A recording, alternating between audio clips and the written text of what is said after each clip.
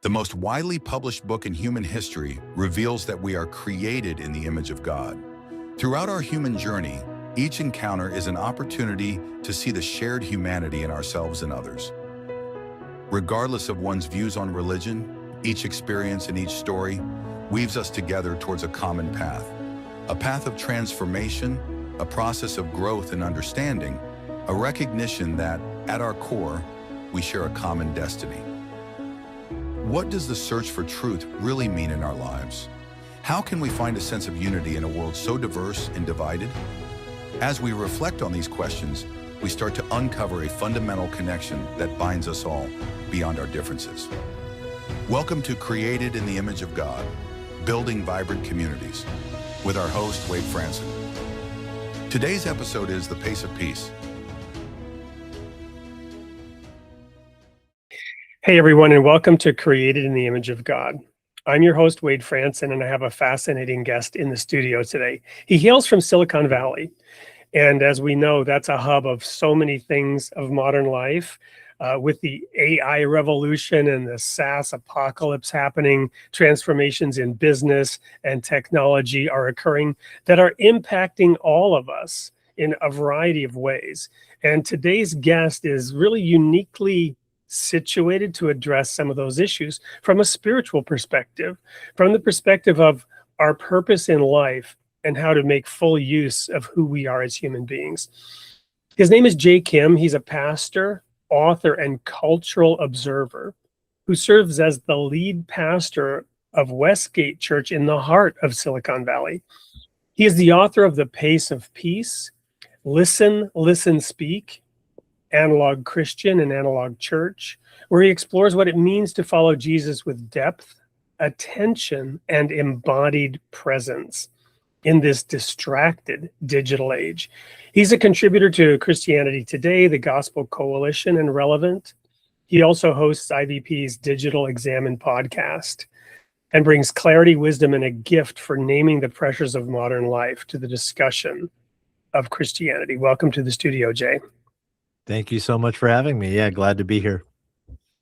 Well, it's my pleasure. And as I was just sharing with you, and as my audience knows, I did my own tour of service in the Silicon Valley. I used to work for Deloitte Consulting and helped companies back in the day like eBay. Also worked in the financial services industry. So I'm fully aware of those pressures of corporate life.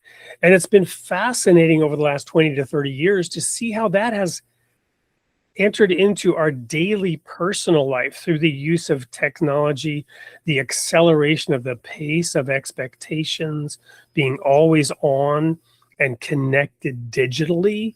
But it's also got that shallow aspect. I'm so glad to have you here to dig into some of these topics.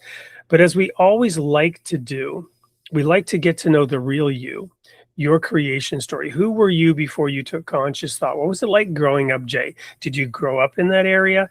Tell us that backstory, if you would.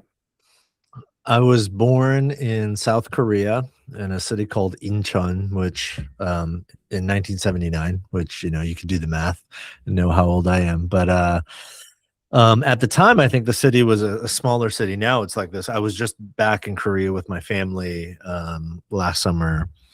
It's like now it's this big bustling sort of metropolis. But yeah, I was born there to a mother and father who were married out of mostly convenience, not really out of commitment or covenantal, love toward one another. And so their marriage was volatile. I don't remember this. This is just the stories I've been told. It was volatile. It got pretty violent at certain points. Long story short, neither of them were religious in any way when they got married. My mother, I think, would have considered herself an agnostic, but not any sort of formal religious tradition. And when I was 2, she had a very sort of ecstatic, truly, literally overnight conversion experience where she became a follower of Jesus, Christian, and began to see her entire life and our life in a whole new light. The story goes that she spent a couple of years trying to help my dad turn his life around. My father passed away about 12 years ago, but he wrestled with significant addiction and some real demons in his life for most of his life, and some real trauma. And he couldn't do it. So my mom decided it was not a safe environment to raise a son. So we moved to the States where her sister lived. And her sister happened to live here in Silicon Valley in San Jose. Her husband, my uncle, had been in the Navy, and then at the time in the 80s, he was working at IBM, the computer company.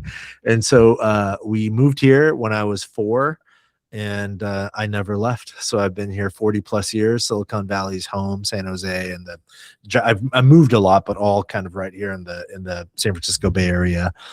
And I grew up, as an immigrant child. We went to a Korean church, and for folks who are aware, immigrant churches are more than just like a hour and a half Sunday service. They become the center of your social life. They become really safe harbor in a land that is quite literally foreign to you. So I grew up at church like all the time. I was at church probably, 4 or 5 days a week for all sorts of things. And it really was my safe haven. I felt quite ostracized and marginalized at school, but at church, everybody looked like me and had similar backgrounds and stories. And so I loved church growing up. And then I graduated high school and went through the very common sort of journey of deconstruction. So deconstructed my faith, wrestled with some significant church hurt, and probably spent about 3 years in college. I considered myself an agnostic. I think I still believed that there was some divine reality out there, but did not believe in the whole sort of Jesus story that was given to me as a young boy. Anyways, long story short, in my very early 20s, there was a group of guys that I knew from, they were a few years older than me, but I knew them from church where I'd grown up.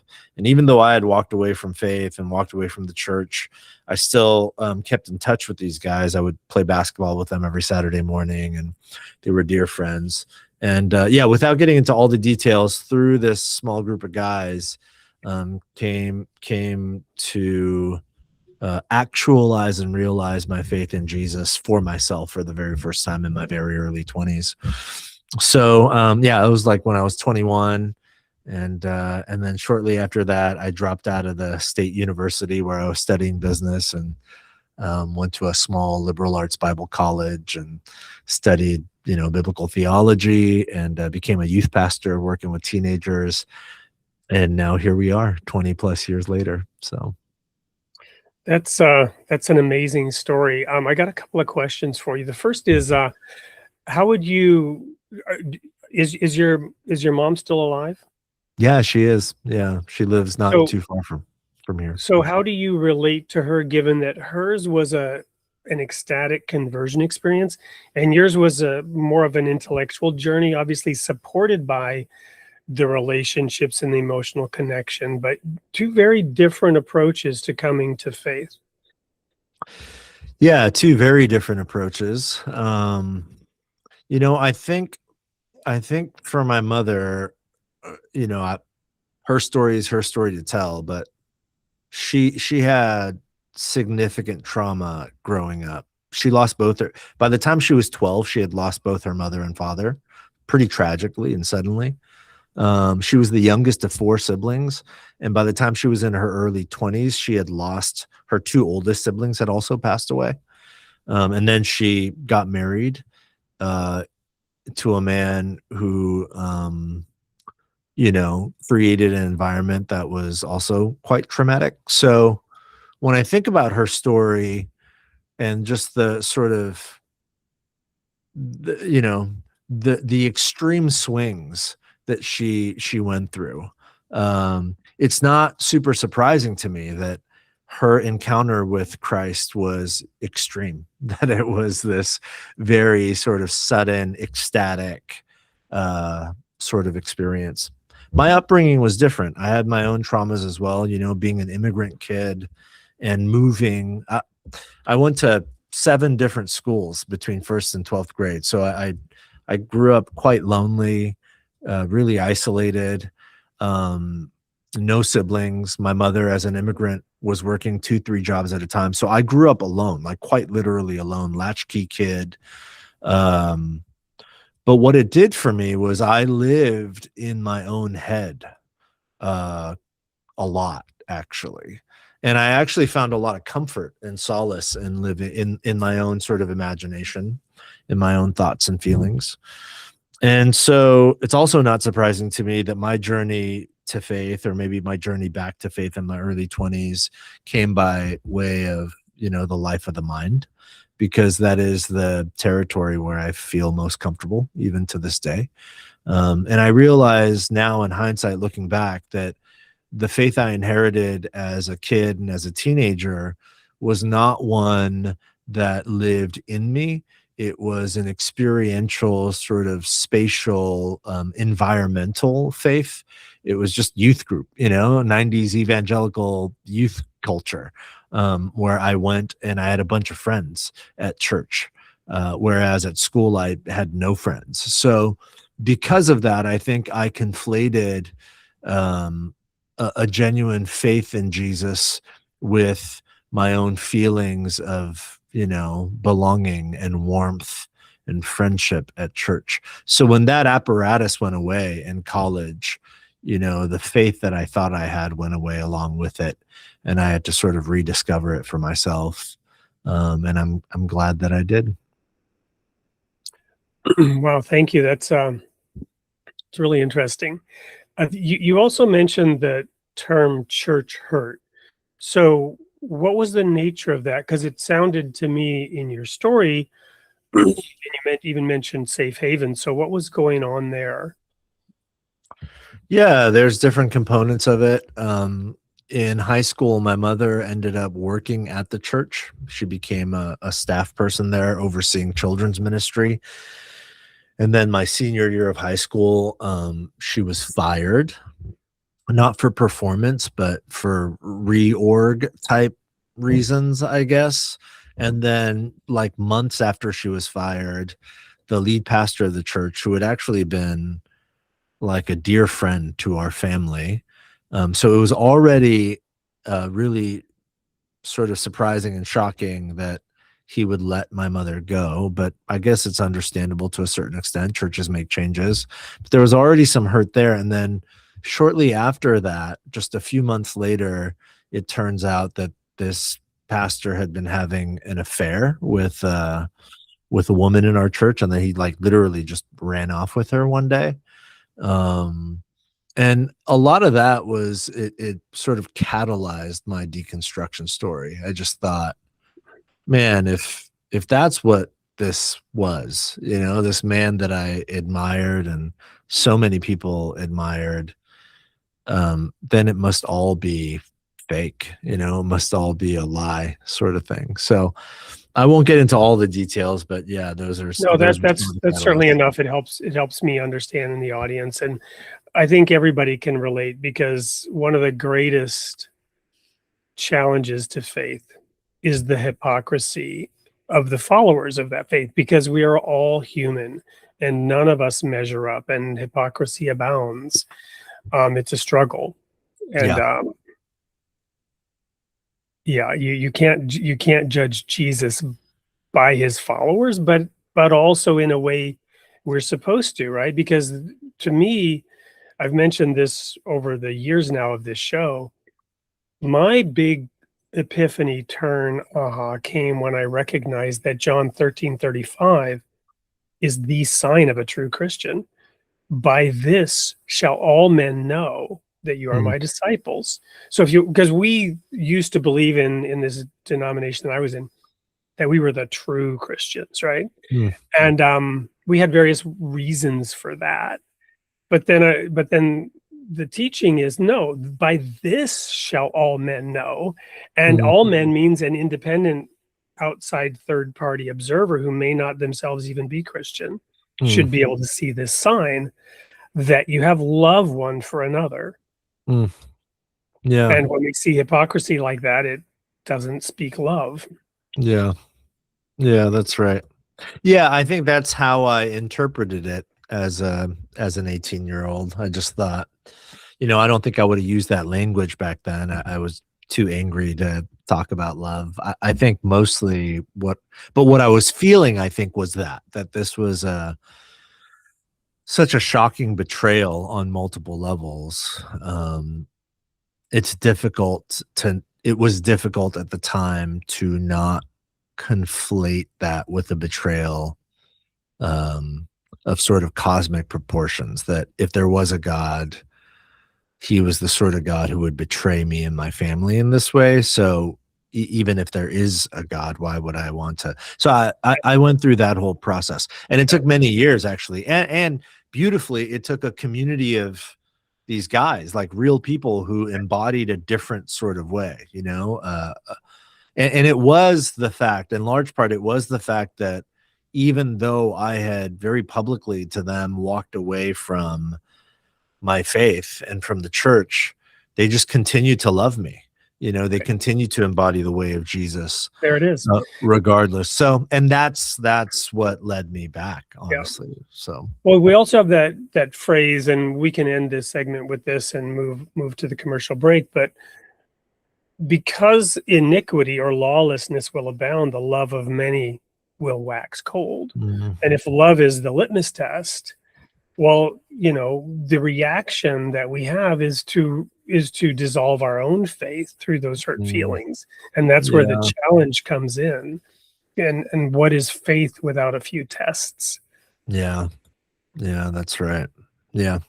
Well said. All right, don't go anywhere. We'll be right back with more of J. Kim. We'll talk about where he went after he then went to that liberal arts school and got his degree in biblical theology. We'll be right back with J. Kim on Created in the Image of God. Discover the world's religious traditions like never before with Ocean 2.0 Reader.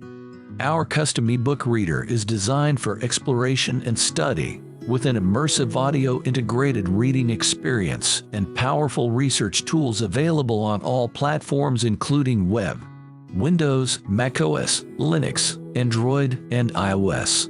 Experience the benefits of immersive reading by combining ear and eye with improved comprehension and vocabulary acquisition. Our interfaith library features books from various religions, so you can have access to a wealth of knowledge. Try Ocean 2.0 Reader today and elevate your reading experience. Welcome back. I'm here with the lead pastor of WestGate Church in the heart of Silicon Valley, J. Kim, and we're about to get into the interest. His backstory was fascinating to me, but this is going to be even more interesting. So before we get into your current work, just tell us a little bit about that transition from going to business school and perhaps having certain ambitions to taking a U-turn, if you will, back to your roots and going and studying liberal arts and biblical theology. Yeah, I was going to the state university here in town, San Jose State University, and the only reason I was majoring in business is because I didn't know what else to do. So I was studying business management, which was recommended to me as a sort of like broad enough business degree that you could get a job. So I was like, well, I don't know, I got to make a living. So truly, it wasn't like a passion. I wasn't motivated or driven by it. It was just like functional, and it was utilitarian, essentially. So anyways, I was studying business management. I was pretty miserable. I didn't like going to school. I didn't like what I was studying. It just truly felt like I was just grinding my way through so I could get a job and make a living and, feed myself or whatever. But yeah, when I came back to faith, and I said previously, I came back by way of, this small group of guys who just continued to love me and care for me and pour into my life. I was so sort of enamored with this Jesus life they had in them, this sort of spirit infused, energizing, animating life they had in them. and it was becoming very clear to me that what they had was the thing I was lacking, and I didn't have a word for it, but I knew that I wanted it. They had a sense of meaning and joy and groundedness and peace that I was lacking. And so essentially I just thought, well, I'm just going to do whatever they do. Like whatever it is they do, I'm going to do that in hopes that that'll sort of get me there maybe. So one of the things these guys all did, they were all volunteer small group leaders in the youth group at the church where I had grown up, the same youth group that I was raised in, that I was no longer a part of, obviously, but I was raised in that youth group. And they were all volunteer small group leaders for high school and middle school boys. And so I just thought, well, if they're doing that, I'm going to do that. So eventually I volunteered, and I got paired up with a group of 7th grade, middle school boys. And I gotta say, that's the worst age. It was rough. Yeah. But what was interesting is, middle school boys are like barely human, and they smell bad. And but I just loved it so much. And I couldn't even explain why. I remember waking up on most days and thinking about that, thinking about my involvement in the youth ministry. And long story short, it was a long journey, but that got me to a point through many conversations with the youth pastor and some other sort of friends who I really trusted, got to the place where it became pretty clear, like, I think that's what I want to do with my life.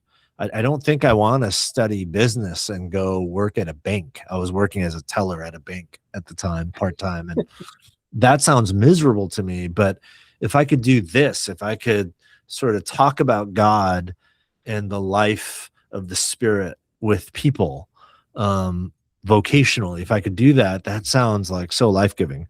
So that led to me dropping out of the state university, and there was a small Bible college in town at the time called San Jose Christian College. They no longer, they exist, but they're not in San Jose anymore. They moved up to the Sacramento area, and it's called William Jessup University. But at the time, it was San Jose Christian College, and it wasn't like, a great school. It was just like the local school, the only Christian college in town. So I decided to enroll, and I was off and running. So I spent, several years there getting my degree, my bachelor's degree in biblical theology and Christian leadership. And then eventually that led me to Fuller Seminary. And I did all of that sort of adjacent to my youth pastor days. So you headed down to Pasadena? I didn't. At the time, this also no longer exists. But there was a satellite campus up in Menlo Park, which is like 20 minutes north of where I live. So I did most of my classes in Menlo Park. I did go down for intensives to Pasadena a handful of times, but most of my degree I did in Menlo Park. I lived in Pasadena, got my undergrad there. So I'm familiar with Fuller. Yeah. Well, wonderful. So then how did you end up at WestGate? Oh gosh, that's a long story. Yeah. I'll try to keep it brief. I spent 8 years as a youth pastor. About halfway into that journey, I was graduating all these seniors, but there was no like college young adult ministry at the church. So 4 years into my 8 years at this church, I started a college young adults ministry. And at the time, a really good friend of mine, who had my job at WestGate, he was a youth pastor. He started a college ministry there at WestGate. I was on staff at another church. So we would collaborate together. And then, long story short, in 2012, that friend felt called to take the college young adult ministry at WestGate and plant it as its own church. And he asked me if I would join him in church planting. So I did. And then WestGate, as the sending church, paid both of our salaries for the first 2 years. And so I was technically on the payroll at WestGate. And that's how all of my relationships began. And then, long story short, that led to ongoing relationship. I eventually became a teaching pastor. I left the church plant, became a teaching pastor at WestGate. And then in 2022, there were other stops along the way, but in 2022, I stepped into the lead pastor role. As the previous lead pastor, who's a dear friend of mine, I still consider him my pastor. He stepped out and retired. So, yeah. And then tell us a little bit about how this work with the books that you've written and the focus on, the issues related to our digital age. How does that play into your work with the church? What are these married? Are they somewhat distinct? Yeah, anytime I write a book or anything that is sort of presented publicly beyond the walls of our local church, I'm always thinking about our local church, so mostly I'm writing for and writing to our congregation, the men and women and children that I'm called to serve and to shepherd and to love and care for. So yeah, a lot of my more public work has lived, not all of it, but a lot of it has lived sort of at the intersection of our discipleship to Jesus, our formation, and the digital age and the technological age. And the reason that has been so much of my public work is because, again, I am trying to mostly write for and to my local congregation. And because of the part of the world that I live in and where our church is located, Silicon Valley. So our church is like a 7 to 10 minute drive from Apple Park, which is like the large sort of epicenter spaceship, of Apple, the hub. And then we're, a 15-minute drive to Google's headquarters, 25 minutes to Meta, and, on and on. Like it is the epicenter of technology. So what that means, it means lots of things, but one of the things it means is a very high percentage of our church, they either work in technology or they're tech adjacent. They have a spouse or a best friend or a son or daughter who works in tech. They work in a startup or they work at one of these sort of mega tech titan companies. So really my work in the last 6 to 8 years that's become more public, it's been born out of that. I've been pulled into so many conversations about how technology forms us, how it deforms us, how as followers of Jesus we might think about technology. So yeah, it is very much, the books I've written, they are very much born of just my pastoral calling here in Silicon Valley. So at a meta level, no reference to the company you just referenced, what are some of the overarching observations, trends, threads running through the lives of people that you work with, who are perhaps more exposed to technology than even everybody else, because everybody's exposed to technology today.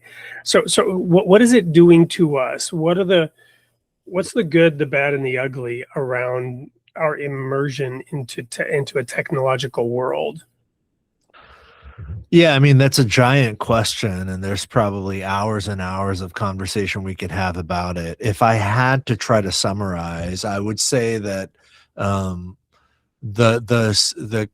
key question to ask is what should technology, what should we allow technology to do for us? And what are the ways in which we must not allow technology to form us? And when we conflate those two words, for us, those two phrases, for us and form us, unless we're careful to really like dissect the difference between the two and have a very clear understanding of the separation between things that are done for us and ways in which we are being formed, then inevitably technology will swing in the direction of forming us rather than being tools that do things for us. And I mean, all the data bears this out.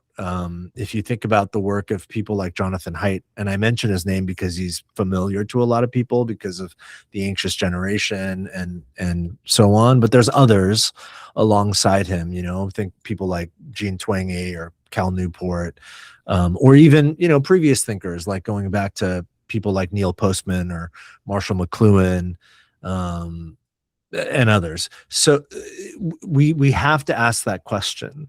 Like, how are we being formed by technology? Or better yet, how is technology deforming us or malforming us? And unless we can answer that question, technology will cease to be the thing it should be, which is a tool that does things for us to amplify humanity, to amplify the Imago Dei. And instead, it will become an oppressive power that forms us into something less than human.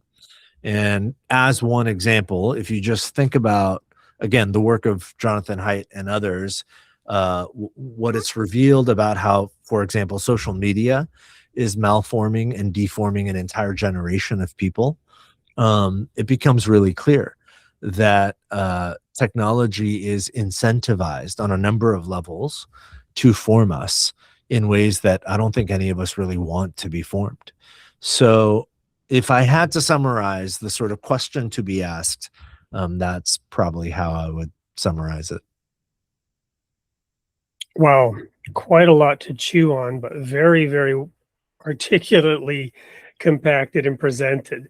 It triggered something. Now, this is being pre-recorded. If all goes well and the creek don't rise, it'll be airing. This is now August 9th, but it's being recorded right after my daughter graduated, late graduation from high school.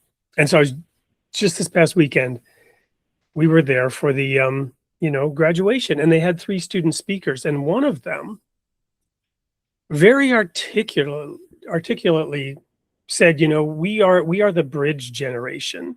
Now, obviously, it's, he's a little bit myopic, but this is really, really kind of cool and interesting. We are the bridge generation. We are the generation that is adaptable and that will help bring society forward. But he referenced the COVID lockdowns. And having 2 kids in school during that, there was a transformation in them and their peers. And the lockdown did something. Yeah. No longer, technology was a tool and it enabled them to still go to school, but it totally reformed and reshaped them in the process. Yeah. So when you were talking about that, I suddenly got almost a dystopian view of what this articulate student said so positively about being an adaptable bridge generation. And therein is the razor's edge for this generation of, the straight and narrow path of managing all the challenges that life sends you, the tests and trials, and technology being one of them. Yeah, I mean, technology is there.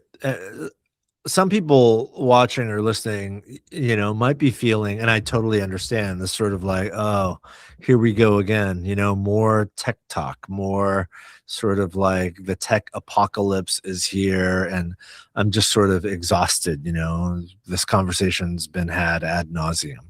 And I understand that. But at the same time, I would say the conversation is being had and it's ongoing in large part because the influence of technology, digital technologies in particular, it really is the cultural air we breathe. And we have to ask the question, what sorts of toxins are in the air?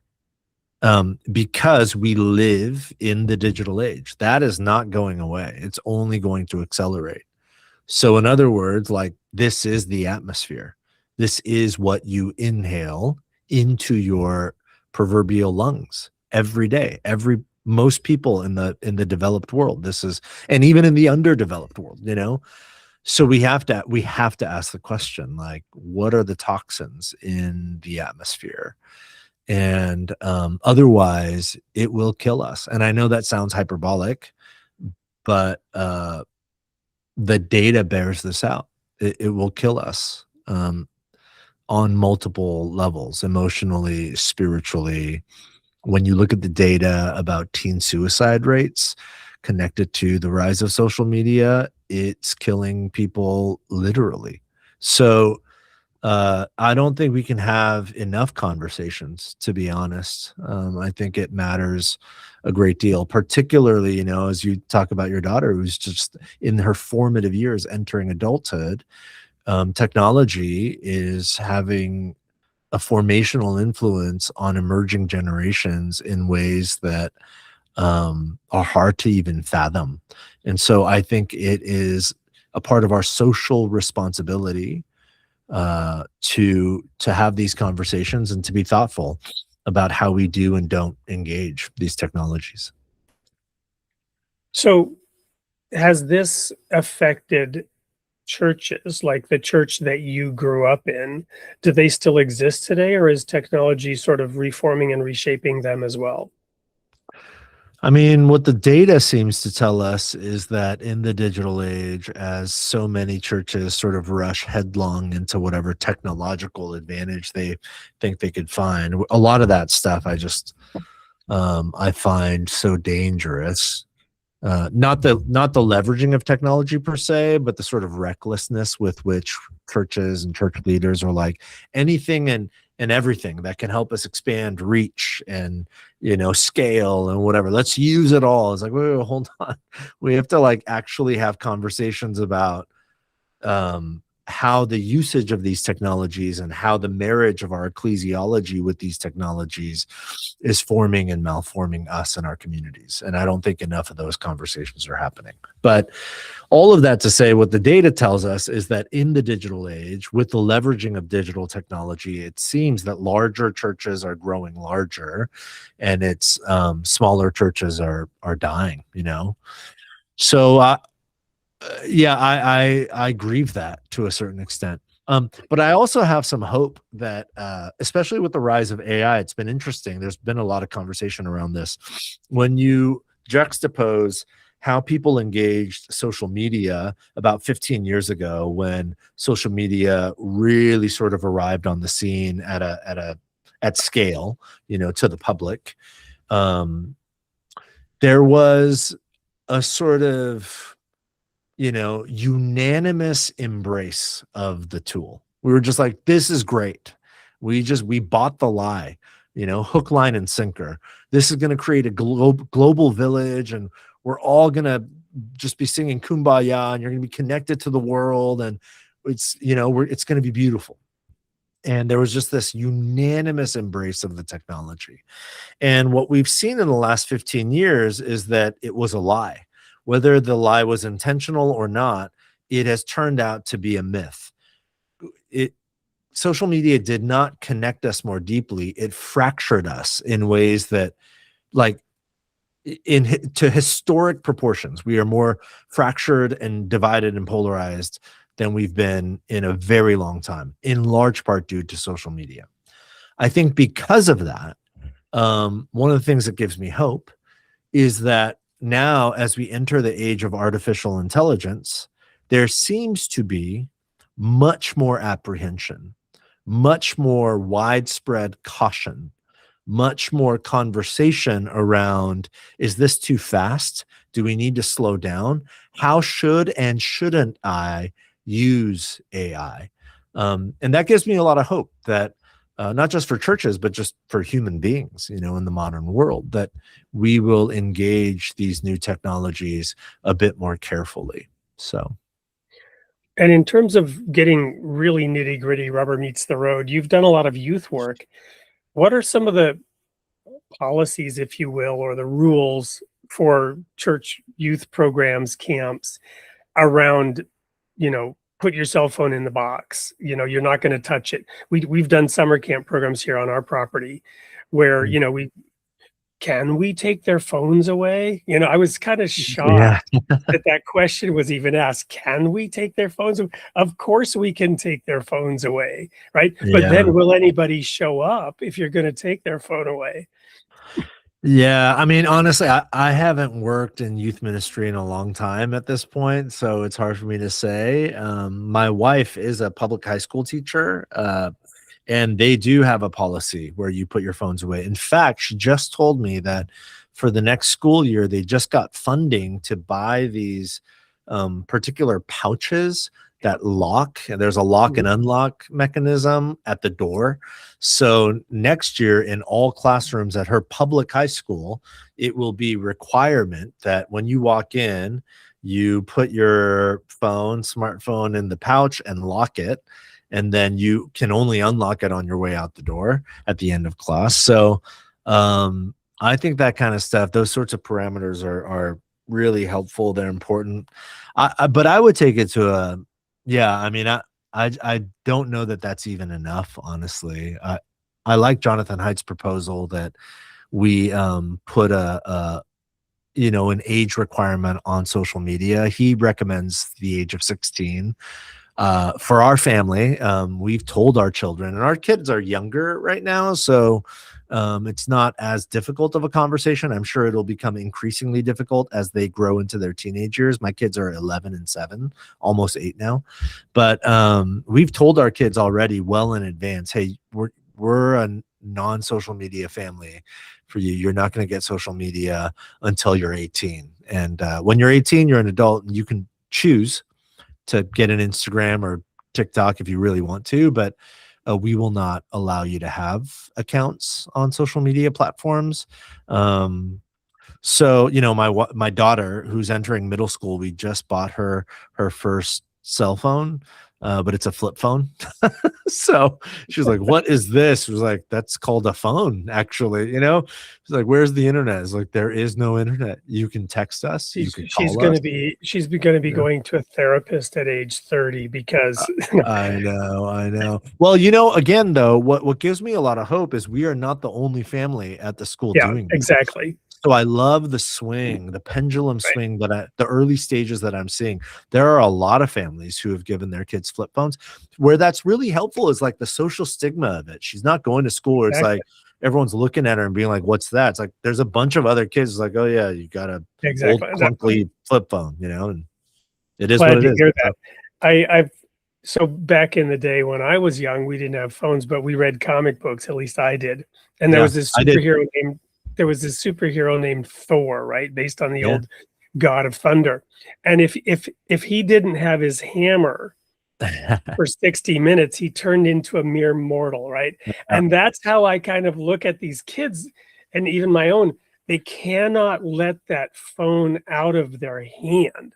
Working with my son, telling him, put the phone down. You need to use 2 hands for this job. And it's like there's this moment where he kind of looks at it like, how do I do that? How do I let go of this phone? It's really that bad sometimes. It's remarkable. Yeah, it's remarkable. So I do think we need a pretty strong pendulum swing in the other direction for the sake of emerging generations. Yeah, these technologies, again, they are forming all of us, but in particular, they're forming young people in a way that we will. For me, I've used this example before. I've written about it. Giving a smartphone, just my 2 cents, giving a smartphone to a kid is like handing him a pack of cigarettes. And there was a time, if you could Google cigarette advertisements from the 1950s, and there's this famous one, Camel Cigarettes hired an ad agency who started an ad campaign for Camel Cigarettes called More Doctors.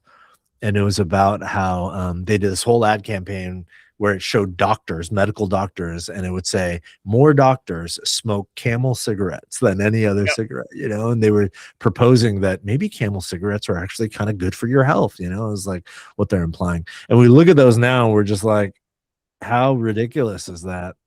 And I do wonder if, 20 years from now, we're going to look back at photographs of 12-year-olds holding smartphones, and it'll look like a 12-year-old holding a pack of Camel cigarettes, So, yeah.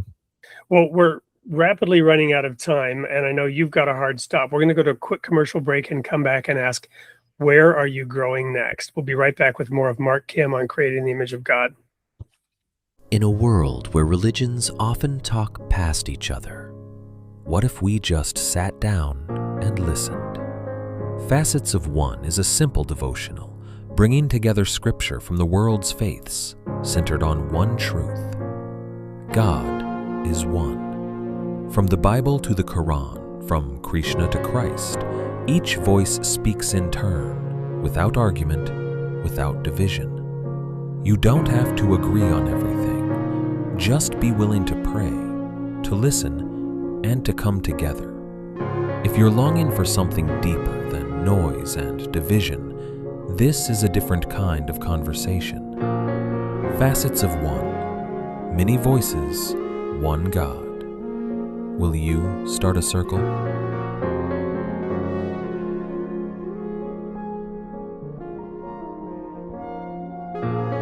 Welcome back. We've been having a fascinating discussion with Jay Kim, who hails from WestGate in Silicon Valley Church, and not the Church of Silicon Valley, but WestGate Church in Silicon Valley. And we have time for the quick question: where are you growing next? Is there another book on the horizon? Are you sharing or disseminating information, programs? How can people connect with you and the work that you're doing? Yeah, thanks for asking, Wade. My next book is out in September. It's called The Pace of Peace: Distraction, Attention, and the Gifts of an Examined Life. And the book is a slow movement through this ancient prayer practice from Ignatian spirituality called the Examen. Many people are probably familiar with the Examen, but it's the 5 movements of the Examen, not just as a way to pray at the end of every day, but as a way to live life. And I think that's the area in which God, by his Spirit, has been slowly sort of forming me most in recent years, just learning to live my life at a pace that feels human and that feels like the kingdom of God and not the kingdom of culture or success or Silicon Valley or whatever. And it's been life changing, but more than that, I would say it's been life saving. And so I'm grateful. But yeah, that's what I'm learning now. So The Pace of Peace, out in September by J.Y. Kim, is that right? Yep. Yeah. And if people wanted to reach out to you, is there a way they can reach you? Is there a website? Yeah, I have a small little website, jkimthinks.com. Yeah, you could email me, j@jkimthinks.com. Would be happy to interact. Awesome. Any concluding words for the audience? I know we pushed it to the limit here on terms of our time. No, I'm just so grateful to have this conversation with you, Wade. Thank you for the invitation, and just whoever you are, wherever you're watching or listening from, grace, peace, and love to you. Thank you for the work you're doing. Everyone stay tuned for the sneak peek for next week's show. And remember, you are created in the image of God, and God loves his creation. We'll see you all next week. Thanks, Jay. Thank you. Next week on Created in the Image of God. Sunday, July 19th at 7 a.m. U.S. Central Time. Host Wade Franson interviews Jen Pollock Michelle, author, speaker, and writing mentor. She reflects on desire, time, and the ordinary practices of faith, and how Scripture reshapes the way we see our everyday lives, from longing and limitation to discovering God's story in the beauty of ordinary moments. And then on Tuesday, July 21st at 8 p.m. Central Time, host Wade Franson interviews Brian Adamson, Kingdom business coach and entrepreneur. He explores how faith and business can work together, helping leaders build with purpose instead of striving, from biblical principles and entrepreneurship to creating lasting impact through kingdom-minded leadership. Join us live this week, Tuesday and Sunday. created in the image of God.